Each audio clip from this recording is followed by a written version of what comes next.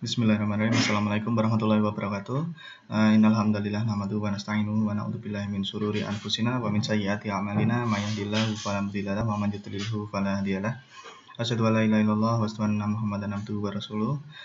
Terima kasih sudah mampir ke video ini. Kali ini kita akan membahas tentang PID controller dan bagaimana cara kita menggunakan aplikasi MATLAB untuk perhitungan PID controller ya. Jadi untuk penggunaan sistem kontrol itu ada cara konvensional dan ada cara yang modern, yaitu kita menggunakan MATLAB ya. Untuk PID sendiri itu merupakan salah satu jenis pengatur yang sekarang ini banyak digunakan ya.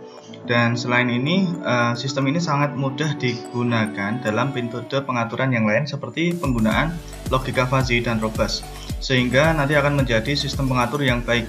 Dan nanti saya akan membahas sedikit tentang sistem dengan unity feedback yang gambarnya adalah sebagai berikut. Oke, dan kemudian kita menggunakan transfer function untuk PID itu adalah sebagai berikut. Oke, kita bahas sedikit tentang PID. Dan PID controller itu sebenarnya terdiri dari 3 jenis cara pengaturan yang paling sering dikombinasikan, yaitu kita menggunakan P atau proportional controller, kemudian D itu kita menggunakan derivative controller, dan I itu menggunakan integral controller. Dan masing-masing memiliki parameter tertentu yang harus diset untuk dapat beroperasi secara baik yang disebut dengan konstanta. Setiap jenis memiliki kelebihan dan kekurangan masing-masing. Hal tersebut dapat dilihat pada tabel berikut ini. Oke, kemudian kita gunakan parameter-parameter tersebut tidak bersifat independen, sehingga pada saat salah satu nilai konstanta berubah, maka mungkin sistem tidak akan bereaksi seperti yang diinginkan. Tabel tadi hanya dipergunakan sebagai pedoman jika akan melakukan perubahan konstanta. Dan kita untuk merancang PID biasanya dipergunakan metode trial and error, atau kita menggunakan cara coba-coba, sehingga nanti perancang harus mencoba kombinasi pengatur beserta konstantanya untuk mendapatkan hasil terbaik yang paling sederhana. Dan untuk metode konvensional sendiri itu mempunyai beberapa step, yaitu pertama, kita harus mendapatkan transfer function system dalam S-domain dengan Laplace transform. Kemudian nomor 2, kita menentukan jenis aksi pengontrolan beserta konstantanya.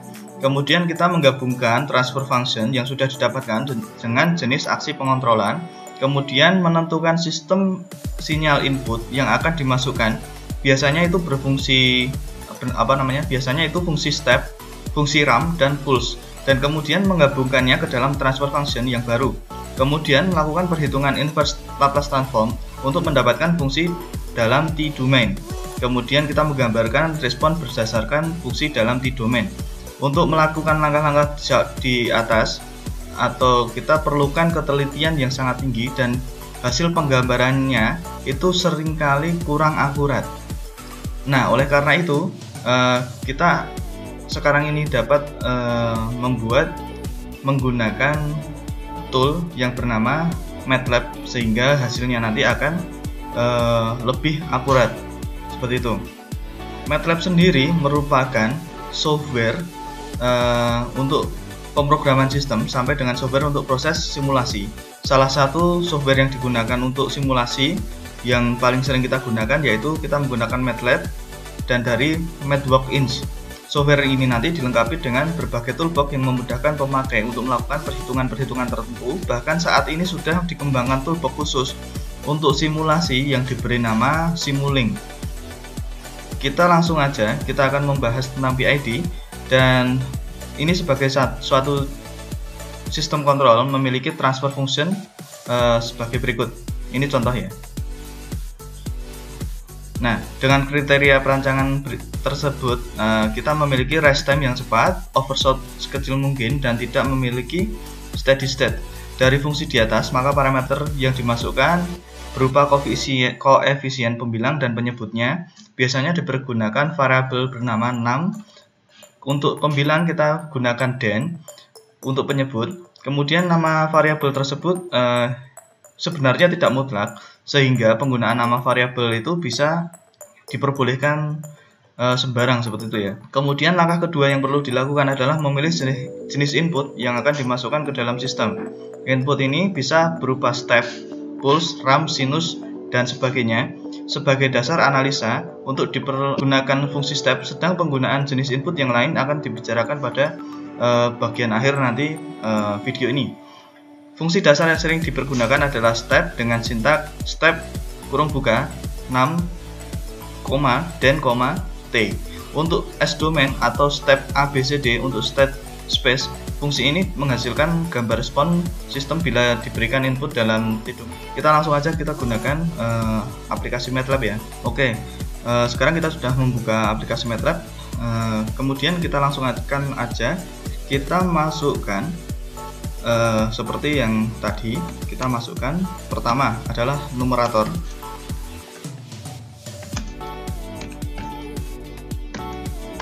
Kemudian denumeratornya.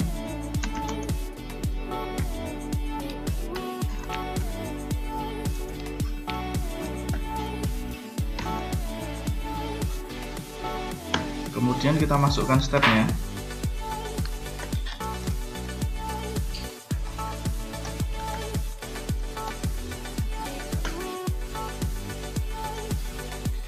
Oke, kemudian kita sudah mendapatkan step responnya adalah seperti ini. Oke, untuk sistem itu kita memiliki steady state error yang sangat tinggi, yaitu 0,95, sebab respon tertinggi hanya didapatkan dengan amplitudo 0,05. Selain itu, sistem tersebut memiliki rest time yang cukup besar, sekitar 1,5 detik. Hal ini jelas tidak menguntungkan karena akan tidak stabil. Untuk menghasilkan sistem kontrol yang baik, diperlukan sistem yang tertutup atau closed loop ya. Sistem ini memiliki feedback yang akan membandingkan kondisi sesungguhnya dengan setting point yang diberikan. Kemudian kita masukkan, kita menggunakan P ya, proporsional, dan untuk fungsinya adalah sebagai berikut. Oke, kemudian kita clear dulu. Kemudian kita masukkan nilai KP. Ya, kita menggunakan P. Kemudian masukkan numeratornya. Numeratornya KP tadi.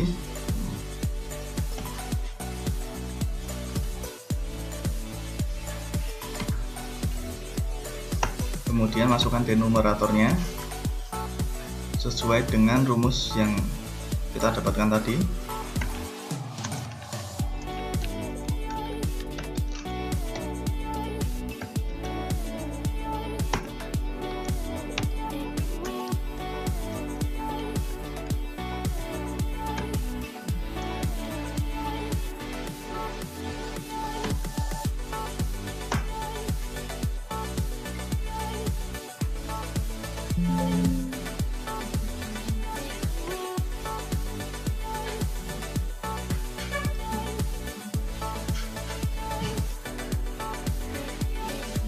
Kemudian kita masukkan stepnya, numerator dibagi denumerator. Oke, step responnya udah terlihat. Penambahan variabel waktu T0, 0,01 dan 2 dimaksudkan untuk melihat respon sistem dari T time 0 sampai dengan T sama dengan 2 dengan step 0,01 detik. Dari gambar tersebut dapat dilihat bahwa penambahan P controller mengurangi rise time dan steady state error, tetapi menambah overshoot. Namun overshoot yang terjadi masih terlalu besar. Jika konstanta KP diperbesar, maka overshoot yang terjadi juga semakin besar. Settling time juga semakin besar, tetapi rise time-nya menjadi kecil. Kebalikan dari keadaan itu terjadi jika konstanta KP itu diperkecil. Kemudian kita masukkan dengan proporsional derivatif kontrol PD, P dan D, dan fungsi kontrolnya adalah seperti ini. Oke, kemudian kita clearkan dulu.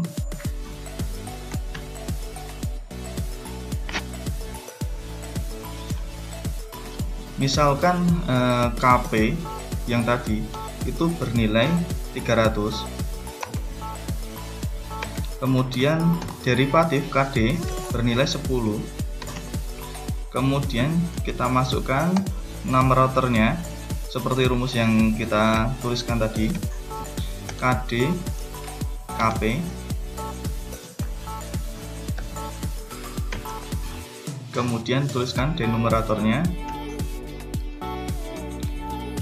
1 10 plus KD 20 plus KP, kemudian kita masukkan waktunya 0 0,01 2 stepnya numerator denumerator, dan kita akan mendapatkan closed loop dengan step KP 300 dan KD 10. Nah, sudah keluar, hasilnya adalah seperti ini. Berdasarkan gambar di atas, penggunaan PD controller dapat mengurangi overshoot dan settling time, tetapi tidak memberikan dampak apapun terhadap steady state error. Kemudian kita gunakan proportional integral controller, jadi PI, yang tadi kan PD, sekarang kita menggunakan PI. Dan untuk transfer fungsi sistemnya dapat dilihat seperti ini. Oke, untuk integral controller memiliki karakteristik mengurangi rest time, menambah overshoot dan settling time, serta menghilangkan steady state error. Karakteristik ini tidak dimiliki oleh jenis yang lain. Kita langsung coba aja menggunakan MATLAB.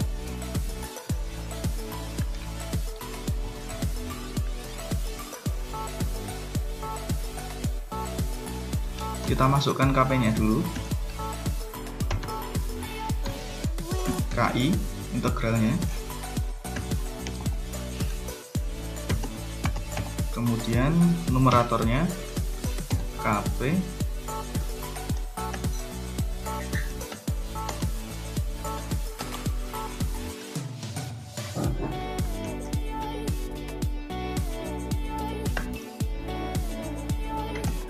kemudian denumeratornya,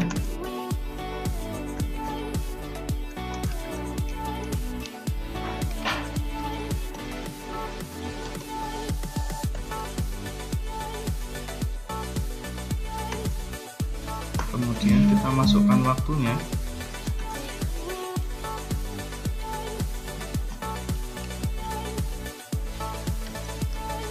kemudian kita masukkan ke dalam rumus menggunakan step numerator dibagi denumerator.